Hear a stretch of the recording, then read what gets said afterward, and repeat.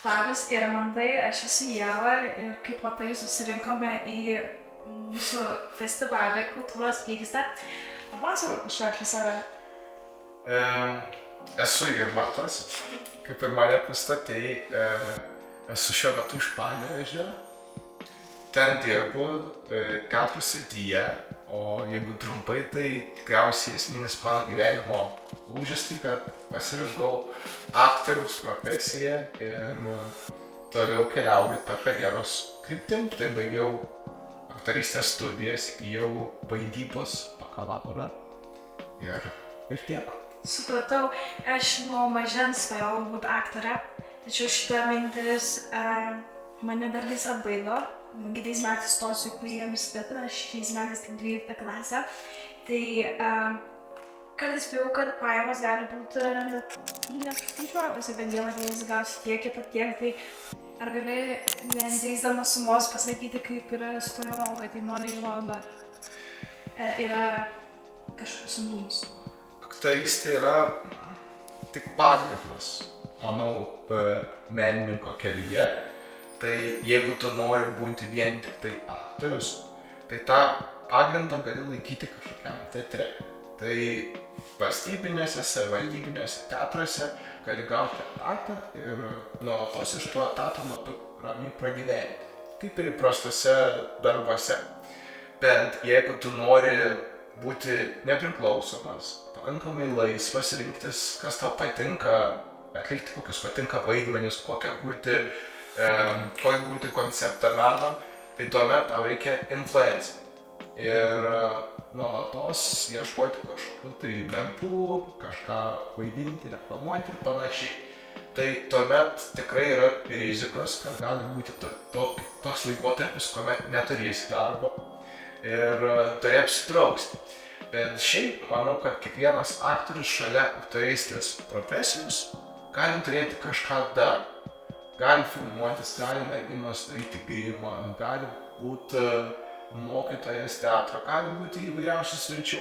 Tai būtent ta kryptimi sekiau ir aš ir ieškojau, ką aš be aktorystės galėčiau daryti papildomai, bet būčiau gyvenime užtikrintas dėl ekonominių sumetimų. Labai gerai, šiaip čia yra labai lankstu, kas turbūt yra nutraukta vienam memuarui, nes kuo toliau palygo tai dirbu, gali nusvosti ir tiek pašalinių, o dar kitų vaikų, gali būti gerai. O jeigu nepasatis, kiek per savaitę valandų maždaug išdirbi? Gal, jeigu nepasatis, tai taip paskaičiuoju per dieną 12 tikrai. Su asmeniniais darbais, kadangi dar ir mokausi šalia to keliu savo kompetencijas, tai tikrai 12 valandų skiriu visokiausiams darbams atlikti. Pildomas veikloms, asmeniniam tobulėjimui, būtent tam darbui, kuriame esu įsidarbinęs ir panašiai. Ir tenka ir savaitgaliais dirbti, nes menininkui savaitgaliai atneša didžiausias pajamas, kuomet renginiai, spektakliai ir visa kita, kuomet kiti žmonės ilsisi, mes dirbame. Kadangi aš esu darbo žmogus, tai tas 12 valandų ilgiau mokaus, tai man irgi visiškai neskamba blogai, bet aš manau, kad tikrai nemažai laiko skiriam klasifikacijai. Galiu perspėti, kad tai nebūna taip. Abiejai 12 valandų dirbi. Viso to, tą tempą išlaikyti tu mokasi studijose. Lietuvos muzikos ir teatro akademija puikiai tave geba paruošti, kaip didinti laiką, kad tu neišprotėtum tame besiskuočiame gyvenime. Labai gerai, mes šiek tiek aptariam, kokia yra tavo kasdienybė. O dabar, kaip manai, šiai profesijai, kokių reikia žmogaus savybių? Atviras turi būti labai žmogus, imlus labai, imlus bele kokiems dalykams. Ir, manau, nuoširdus. Labai gerai. Aš labai vertinu atvirumu, man atrodo, ši pati svarbiausia yra savybė žmogaus pasaulyje, pačiam žmoguje, tai aš manau, kad šitą savybę tai turi bet kuriai ateinančiai profesijai. Na ir paskutinis klausimas, kokius patarimus galėtų duoti jaunuoliams, kurie galvotų stoti į šią profesiją? Gal pirmas patarimas bus dar tikrai gerai apsvarstyti, nes akademija įtraukia visą tavo gyvenimą. nelieka gyvenimo pačiam, nelieka gyvenimo tavo antrai pusiai skirti arba skirti laiką susirasti antrąją pusę.